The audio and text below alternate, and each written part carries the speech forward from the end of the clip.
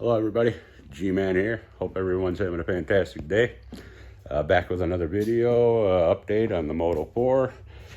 It's been a couple of days, but I took a break for a couple of days. I was working at it a little too much. Didn't want to like burn myself out, not want to do it no more. But we'll take you through and just show you what we got, and we'll see where we are from there. So let's turn you around here, and we'll get back on the machine here. At the last time we did show that we had the whole front setup done. Since then, I believe I have, let's see here. I put the thing on, we touched this up here, made it black. This was all silver around here, but we touched that up. I got the neutral light back in. I took the plastic piece right there off of the other one. Touched up the brake pedal, gave that a little red. See what else did we do here since the last video. I touched up the shifter red. Right there. I got the axle out, which was kind of a pain. The bearings are out, both sides. Bearings are all out. You can see in there, the splines all look good. You could probably see that right there. So that's real good. So, got the brake cable in place. I did get the brakes all freed on it. They were a little seized up, front and back. They're a little seized up. So we got that all freed up. And I think as far as that, as far as I got on that, we will be mounting the oil cooler here soon. I didn't really clean it up too much. I mean, I hosed it down, but once it dried, it just kind of looks like that again. But I mean, it's a four-wheeler. I'm not too worried about it. Or, who knows? Maybe after it's on there, they'll probably bug me, and then I'll have to, do something about it. But we'll see. But we got the covers for the back brake assembly painted. The bracket mount we painted red. This is for your back brake line and everything. That'll go over the top of the here. The clips to hold on the oil cooler hoses, which will go, one goes down here over the top there, just like so. And then the other one, if you can see there, right there, it'll go over that like so. Okay. We went the handlebars, we went red. Because, all the controls over there are going to be black. So I thought that was just a choice. We got the engine taken care of, all the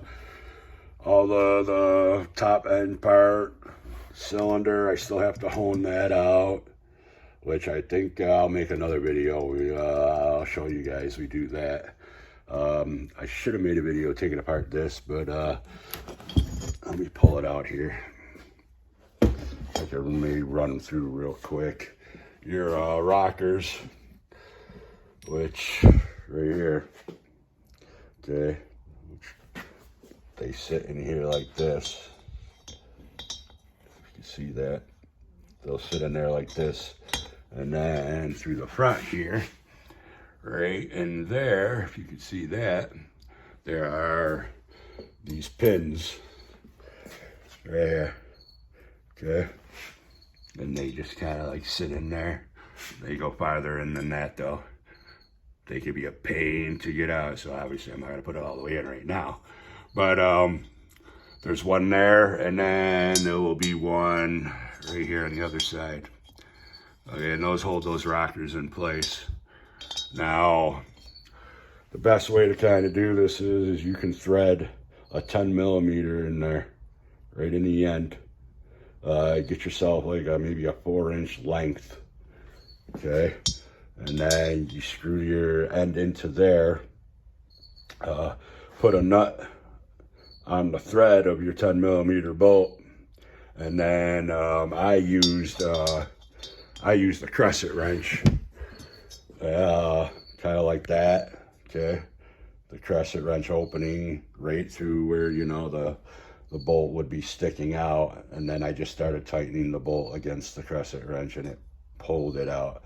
The one on the one side, it gave me such a hard time. I broke two 10mm bolts doing it. But I did eventually get it out. I eventually had to go in through the side here. And if I can get a flashlight here, let me show you.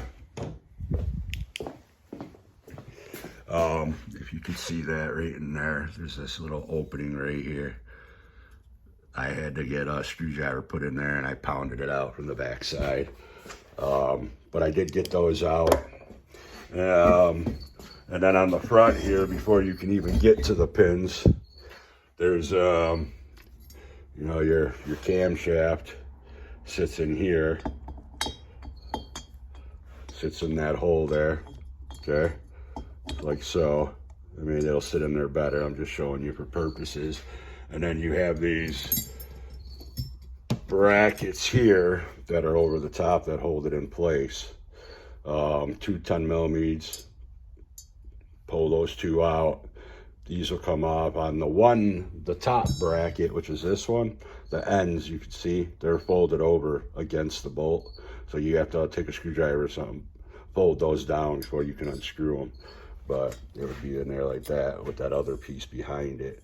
But you get those two out, and then it'll allow you to, one, access the pins I was just telling you about, and then it allows you to get this out. Now these sometimes can be a pain, but you just take the camshaft bolt, screw it in there, and then just take like a pair of pliers, give it a yank, and she'll pop out.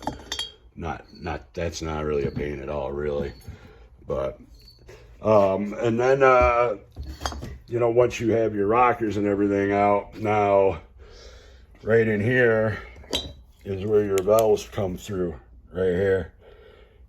You can see that right there, those holes where the top of your valves come through. Now, man, those valve seals look pretty good, actually. Anyway, and then they have these springs on the top with these little stay clips here that you can see right there. Now I've a couple times, you know, I devised little ways to get them, but I've lost some clips doing it. They pop and everything. So, I mean, I would suggest, honestly, just doing what I did. I went on, eventually, after, you know, a few stay clips lost, I just went in and got one of these ring compressor kits. That's just what it is, like a big old C-clamp. Comes with a couple attachments, and then you can hook the sides to cover your top of your, because you know you got these caps on the top of your springs, and then this will just sit on there perfectly. You push them down with the C-clamp, it'll compress the spring, and then it'll allow you to get at the top of your valve to get your stay clips out. You probably use a magnet to get that out. And then same thing, vice versa, when you put it back together. They're a little tricky when you put them back together. I usually use like a little dab of grease to get the stays to stay stuck to the top of the piston. But yeah, I would highly recommend get yourself one of these if you plan on doing work like this.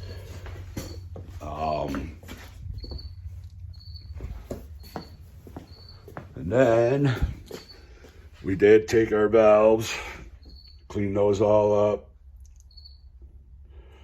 You want to have them cleaned up because we're going to have to lap them, and that means you got to stick like a suction cup thing to the top of the valve. So you kind of want to have them cleaned up. I grinded, took a wire wheel and a drill, cleaned them up, cleaned up the seal parts. So, but we'll have to lap those, get in place, and then I'll show you those in the next video. And then, yeah, that's pretty much what we have to do to get that back together. I have to hone out the cylinder. The surface looks real good. No scratches really or anything like that. Nothing that's into the sidewall, so that'll hone out real nice. Same thing, a honer is just a device like this, okay? I actually picked this one up at Harbor Freight. So, but once you open it, this bottom part here will expand, you know, on like these little springs here.